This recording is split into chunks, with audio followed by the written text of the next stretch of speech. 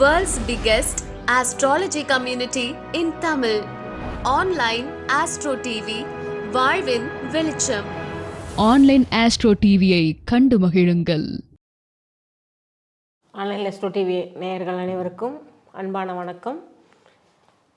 இன்று நமது அரங்கத்தில் இளம் தலைமுறை ஜோதிடர், வாழ்வியல் மற்றும் கர்மா டிஎன்ஏ அஸ்ட்ராலஜர் திரு குருஜி வல்லரசு தினேஷ் ராஜா அவர்கள் வருகை புரிந்துள்ளார். இன்று அவரிடையே நாம் ஒரு அருமையான தலைப்பில் ஒரு நேர்காணல் உரையாடல் நிகழ்த்தப் போகிறோம். அனைவரும் கண்டு மகிழுங்கள். வணக்கம் திரு குருஜி வல்லரசு தினேஷ் ராஜா அவர்களே. வணக்கம். வணக்கம் மேடம். எப்படி இருக்கீங்க? நல்லா இருக்கேன். நீங்கள் எப்படி இருக்கீங்க? நல்லா இருக்கேன் சார். அருமையான விஷயங்கள் எல்லாம் நீங்கள் ஜோதிட உலகிற்கு கொடுத்துட்ருக்கீங்க. மக்கள் பயனடைகிறவர்களே எளிமையான பரிகாரங்கள் சொல்கிறீங்க. இதில் முக்கியமான விஷயமே, ஜோதிடம் என்றாலே சில பேருக்கு ஒரு சந்தேகம் எழுகிறது. ராசியை சொல்லவா லக்னத்தை சொல்லவா அப்படிங்கிறது ஒரு சந்தேகமாக இருக்குது. இதில் நிறையா பேர் என்னிடம் கேட்கக்கூடிய கேள்வி என்னென்னா, லக்னத்தை பார்த்து எப்போது பலன் சொல்ல வேண்டுமா, லக்னம் முக்கியமாக லக்னாதிபதி முக்கியமா அப்படிங்கிறது. இது இன்றைய நம்மளுடைய அரங்கத்திற்கு நீங்கள் வருகை புரிந்து இன்றைய சந்தேகமான இந்த வினாவிற்கு விடையளிக்க வேண்டுகிறேன். நிச்சயமாக. ஆன்லைன் அஸ்ட்ரோ டிவி நேயர்கள் அனைவருக்கும் அன்பான வணக்கங்கள். இந்த லக்னம் அப்படிங்கிறது ஜோதிடத்தில் ஒரு தலையாய விஷயம். அதை தவிர்க்க முடியாமல் கண்டிப்பாக பார்த்து தான் ஆகணும். ஏன்னா லக்னங்கிறது தான் விதி. இப்போ ஒரு மனிதன் பிறக்கும் பொழுது அந்த லக்ன புள்ளி எங்கே விழுகுதோ அங்கே தான் அங்கே விதி தொடங்குது அப்படின்னு அர்த்தம். விதியோட ஆரம்பம் அப்படின்னு சொல்லலாம். ஏன்னா 12 ராசிகள் இருந்தாலும் அந்த லக்ன புள்ளி எங்கே விழுகுதோ அதை தான் லக்னம்னு சொல்கிறோம், அதுதான் உயிர்னு சொல்கிறோம். இப்போ நம்ம உடம்புல உயிர் இல்லை அப்படின்னா டெட் பாடின்னு சொல்லிடுறோம். அப்போ அந்த உயிர் இருந்தால் மட்டும்தான் மதிப்பு. அப்போ ஒரு ஆன்மா ஒரு உடல் உயிரை தேர்ந்தெடுக்குது அப்படின்னா அந்த லக்ன புள்ளியை வச்சு தான் நம்முடைய தலையெழுத்தே அங்கே நிர்ணயம் ஆகுது. ஒரு 5 நிமிஷம் லேட்டாக பிறந்திருந்தால் இவங்க வாழ்க்கை சூப்பராக இருந்திருக்கும், ஒரு 5 நிமிஷம் முன்னாடி பிறந்திருந்தால் அவங்க வாழ்க்கை சூப்பராக இருந்திருக்கும்னு சொல்கிறோம். ஏன்னா அந்த லக்ன புள்ளியை வச்சு தான். அப்போ அந்த மாதிரியான ஒரு இம்பார்ட்டண்டான விஷயங்களை குறிப்பிடக்கூடிய விஷயந்தான் லக்னம். அப்போ நம்ம 12 ராசிகள் இருந்தாலும் எந்த லக்னத்தில் பிறக்கிறோமோ அதை அடிப்படையாக வச்சு தான் நமக்கு 2ஆம் பாவம், 7ஆம் பாவம், 10ஆம் பாவம், நம்மளுடைய குழந்தை பாக்கியம் எப்படி இருக்குது, தொழில் ஸ்தானம் எப்படி இருக்குது, பண சேமிப்பு எப்படி இருக்குது, வெளிநாடு யோகம் எப்படி இருக்குது, எல்லா விஷயங்களையும் லக்னத்தை அடிப்படையாக வைத்து தான் எடுக்கிறோம்.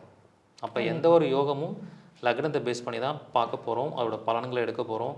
ஒரு தசாபுக்தியாக இருக்கட்டும், ஒரு கோச்சாரமாக இருக்கட்டும், எல்லா விஷயங்களும் லக்னத்தை பேஸ் பண்ணி தான் எடுக்கணும். ஸோ அதனால தான் அந்த லக்னத்தை முக்கியத்துவமாக சொல்கிறோம். ராசிங்கிறது 9 கிரகத்தில் சந்திரன் நிற்கக்கூடிய நட்சத்திரத்தை நம்ம ஜென்ம நட்சத்திரம்னு சொல்லி ராசின்னு சொல்கிறோம்.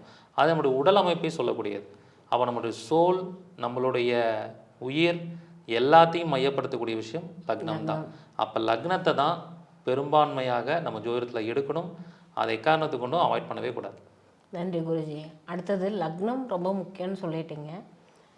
அப்போ லக்னம் முக்கியம்னா இந்த லக்னத்துக்கு அடிப்படை லக்னாதிபதியா, லக்னாதிபதி நின்ற சாரமா, லக்னாதிபதிக்கு வீடு கொடுத்தவரா, இதில் எதை நம்ம இம்பார்ட்டன்ஸாக பார்க்கணும், இல்லை லக்னாதிபதியை எப்படி நம்ம கையாளணும், நம்ம ஒரு லக்னம் அப்படிங்கிற ஜாதகர் வெற்றி அடையணும்னா எப்படி அவர் நடைமுறையில் இருக்கணும், இதுக்கான விளக்கங்கள். பொதுவாக பார்த்திங்கன்னா ரொம்ப சிம்பிளாக பாமர மக்களுக்கும் புரிகிற மாதிரி சொல்லணுன்னா, ஒரு ட்ரெயின் போயிட்டுருக்கு. அந்த ட்ரெயினில் எவ்வளவோ பெட்டிகளை இணைச்சிருப்பாங்க. ஆனால் அங்கே இன்ஜின் அப்படிங்கிற ஒரு பெட்டி இணைச்சா மட்டும்தான் அந்த ட்ரெயின் போக வேண்டிய இடத்துக்கு கரெக்டாக போய் சேரும். அப்போ அந்த லக்னங்கிறது இன்ஜின் மாதிரி ஒரு மனிதனோட வாழ்க்கையில்.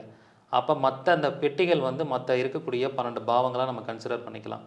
அப்போ இன்ஜின் இல்லைன்னா மற்ற எந்த பெட்டிகளும் நகராது.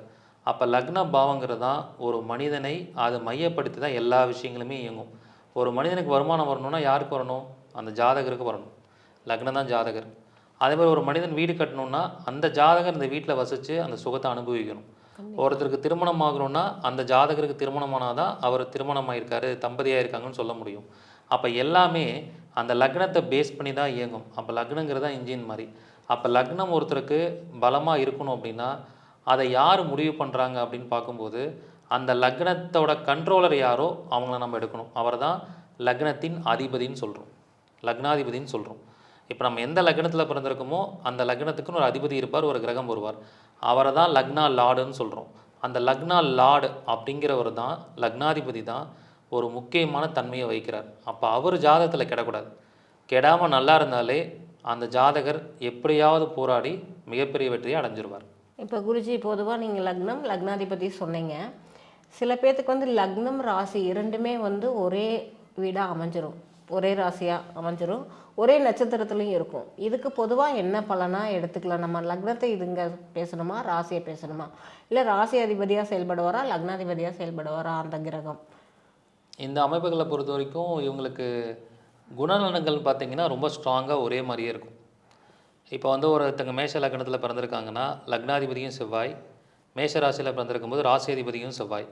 அப்போ அந்த குணநலன்கள் வந்து 2 விதமாக செயல்படாமல் ஒரே விதமாக செயல்படும், ஸ்ட்ராங்காக செயல்படுறோம். அப்போ ரொம்ப கோவக்காரங்களாக இருப்பாங்கன்னா டபுள் த கோவம் உங்களுக்கு வரும் அப்படின்னு சொல்கிறான். பிடிவாத குணம், முரட்டுத்தனம் இதெல்லாம் வந்து ரொம்ப அதிகமாகவே இருக்கும் அப்படின்னு சொல்லலாம். ஏன்னா 2 அதிபதிகளுமே ஒரே கிரகமாக வரனால.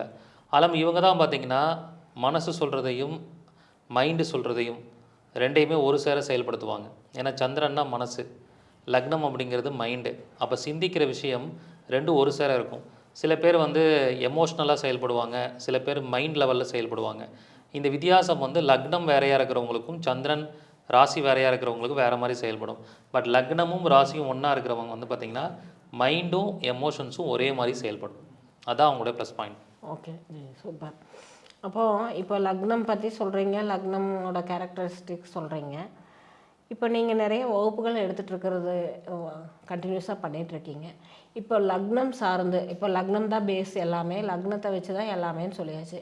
இப்போ லக்ன அடிப்படையில் 12 லக்னங்கள், மொத்தமாக 12 ராசி வீடுகள் இருக்குது இல்லையா ஜோதிடத்தில்? அப்போ 12 லக்னங்களுக்கும் ஏதாவது ஒரு வகுப்புகள் எடுத்துக்கொண்டு இருக்கிறீர்களா? நான் என்ன பிளான் பண்ணியிருக்கேன்னா, இந்த வருஷம் 2025 வருஷத்தில் ஜனவரி மாதத்துலேருந்து 12 மாதங்கள் இருக்குது.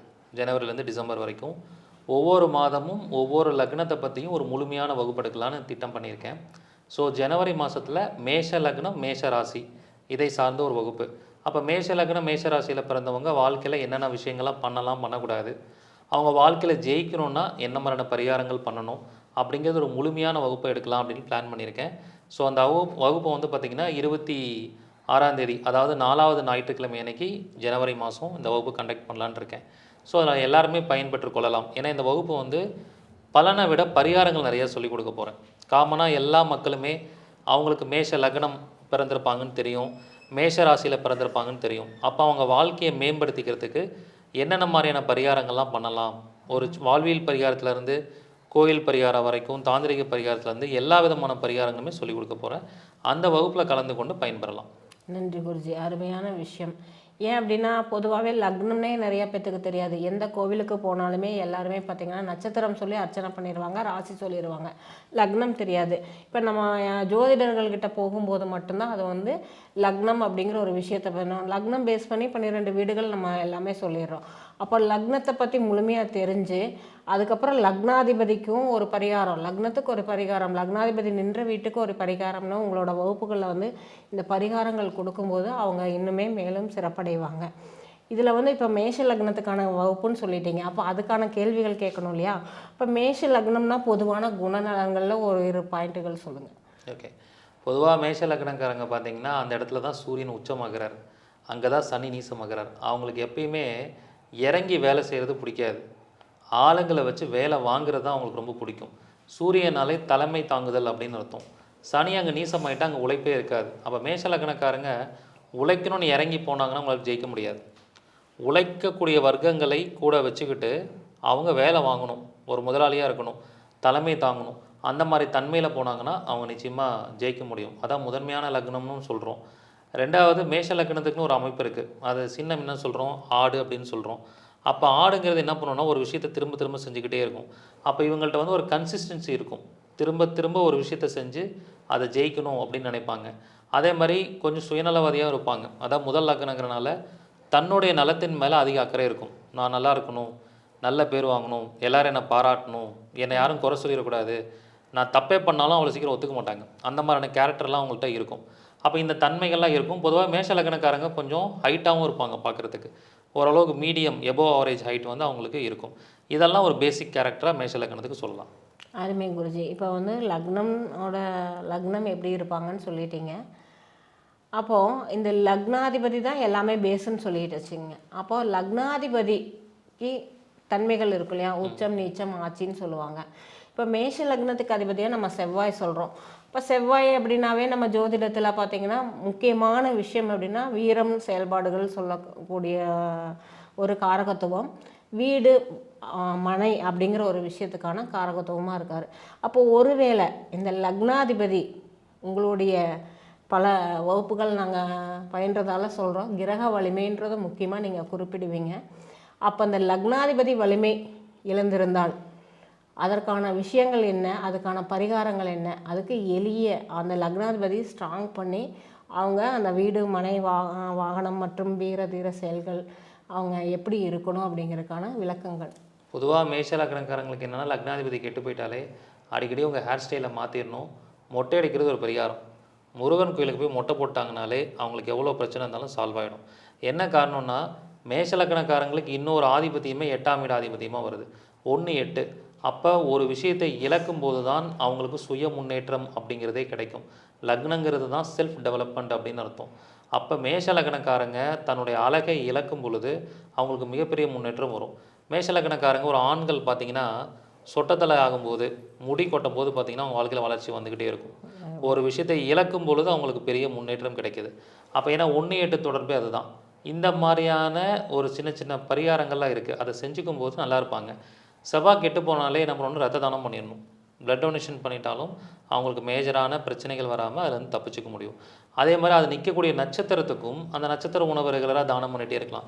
லக்னாதிபதி போய் எந்த நட்சத்திரம்னு நிற்கட்டும், பரணியில் நிற்கலாம், ரேவதியில் நிற்கலாம், எதில் நிற்கிதோ அந்த உணவை தானம் பண்ணிகிட்டே இருந்தாலும் அந்த லக்னம் வந்து பலமாகிக்கிட்டே போகும். இப்படி நிறைய பரிகாரங்கள் பண்ணலாம். நன்றி குருஜி. இப்போ லக்னம் அப்படின்னு எடுக்கும்போது 12 வீடுகள் அடிப்படையில் எடுக்கும்போது பொதுவாக ஒவ்வொரு லக்னத்துக்கும் பாதகாதிபதி மாரகாதிபதின்னு சொல்லுவாங்க இல்லையா.